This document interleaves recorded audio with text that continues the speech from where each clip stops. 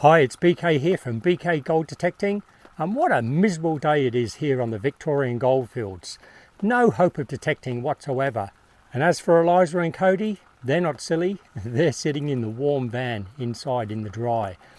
But anyway, today I've got a real surprise. I'm going to take you through the making of a replica of this 7-ounce nugget that I found recently in Western Australia. Now, I'm very fortunate to be a friend of Dean Smith, who has made replicas of most of the famous nuggets found over the last 10-20 years in Victoria. He works for Melbourne Museum, he does taxidermy, he makes dinosaur bones, you name it. He's extremely talented, and he's invited me around to watch the entire process from making the molds to pouring the bronze and to putting the final finishing touches to make it look as close as possible to this original. It's going to be really good to have a replica. Unfortunately, the original has to be sold, but forevermore I will have a memory of this nugget. I'm just here with Dean Smith, who's famous for making all the replicas of the nuggets that have been found over the years. What we're going to do is we're going to mix a speciality silicon, Right. and encase the original nugget in the silicon, and then we'll take the nugget out, give it back, and then we have what's called the mold, which will have a cavity with all that impression inside, and I can pour some wax in that. Okay. And you can get a bronze cast. And we've just had a look at some bronze cast nuggets inside, and they're fantastic. They've got that cold feel that you get of real gold. So we have the 7-ouncer or 6.92 ounce nugget that we found recently in Western Australia. But there's also what would have been a dream nugget before I found the 7-ouncer, this little one that's just under an ounce that we found 40 meters away from that one. So I've decided to get that one copied as well. so if I can sit that on there. Okay, so that little stand becomes the pour hole. That's correct. Right, Yep. okay. Yep. Fella. It's a beauty, isn't it? Now it's out in the sun. Yeah. And you know, that was such a quiet target. It was very deep. That was shallow, but this one was deep. This lends itself to doing what we call a one-piece pouring. So do you do many nuggets these days, Dean? You getting many people coming in? I haven't seen any huge ones for quite some time. But you're quite open to people, coming in for, Some anything people, from an ounce up? An ounce up. An ounce is a good size to mould. Yeah, an ounce plus. I think, because joining that ounce club is something special. We can still get a cast in bronze, get the patina and all that sort of thing happening to the same degree as a very large nugget. So this is a 2-part mixture here. It's going to go into the mould. So I'm going to pour this from the height. The idea being that we don't want any air entrapment. Let it run over the nugget, and it'll run into all the little divots.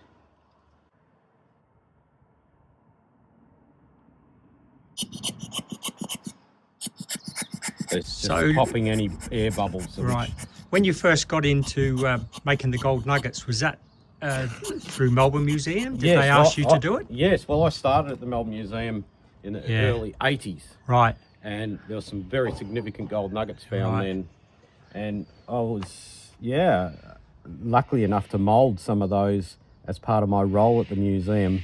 Saw some outstanding pieces of gold. I just missed out on moulding the Hand of Faith, still possibly the world's largest detected gold nugget.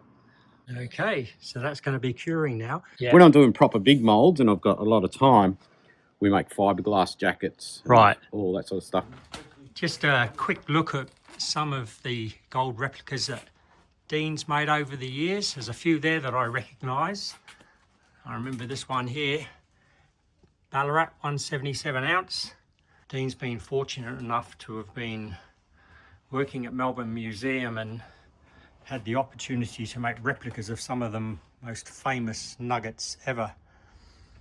This is the Hand of Faith. Yeah, look at that. That was found at Kingower.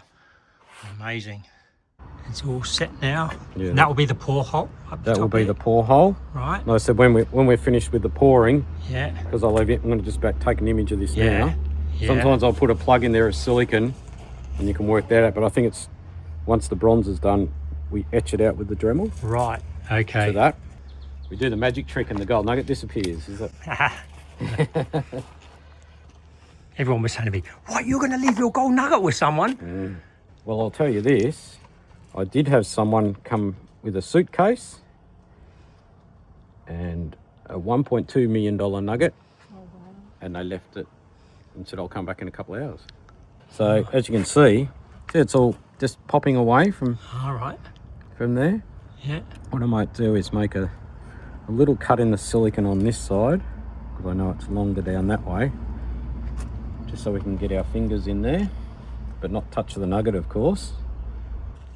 Just cutting the silicon a little bit, because this will all close up again. Yeah.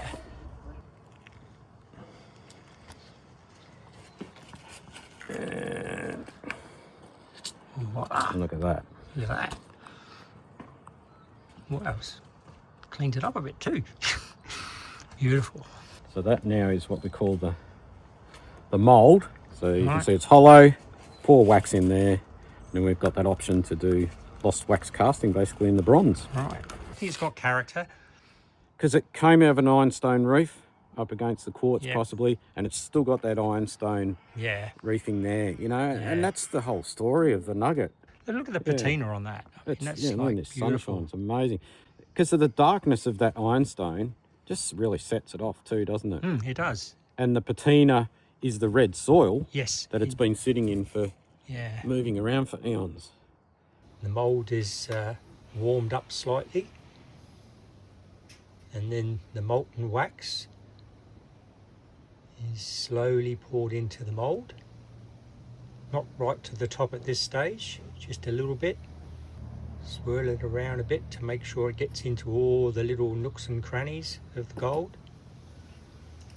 And then the wax is poured back into the container, leaving a thin film of wax inside. Then the wax is topped back up again.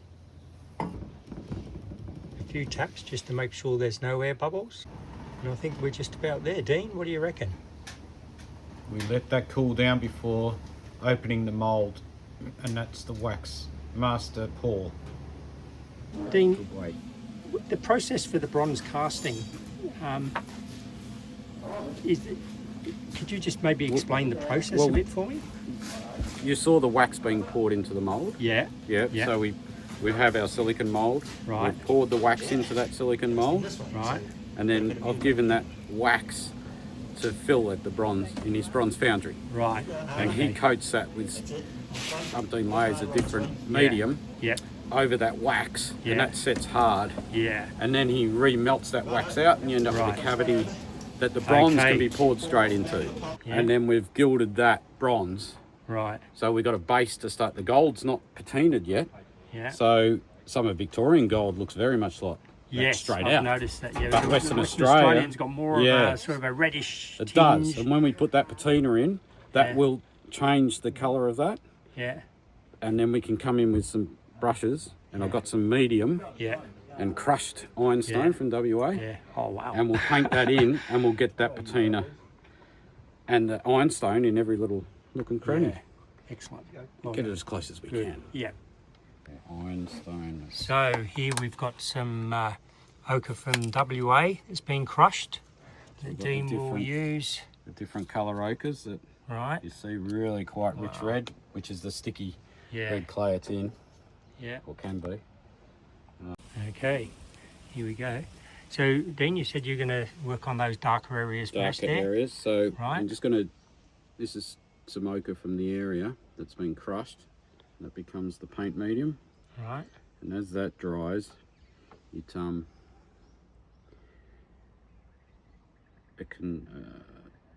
darken up a little bit. But if it's not quite dark enough, I'd come over with another wash. Yeah. And that Okay. just gives it the depth in the darkness. What I might do, that red That's good. There's a little bit of detail going on there. Yep. So we'll do the larger area first. and then Must come be back. good to have the original in front of you rather than photos. Oh wow, too right, because I said you can see that change in the images. It's just awful. Like I look at 3 images of the same nugget, I go, well, which one is it? So we got the ironstone in its position. I'm pretty close. This is amazing. And then I'm just trying to build up a patina. Right. So where you've had it's been rubbed, there's a beautiful gold pricking through. So that's why we started with that gold. This is incredible. Now I don't know if I want to go too reddish in it, but I think I'm just going to slowly build this red up. Yeah. And then I'm going to give it a light wash with a burnt sienna. Right. And bang that. And then come back in and see these little tiny spots that still don't have darken a couple of little spots off. It's looking amazing.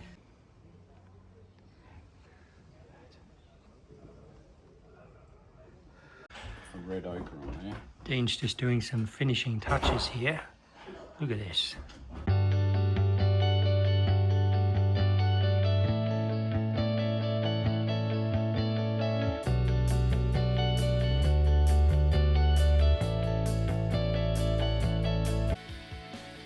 Thanks, Dean, for making an amazing copy of my 7-ounce nugget. And if you'd like to contact Dean, if you have a nugget that you want replicated, you can do so at environmentalcreations.com.au.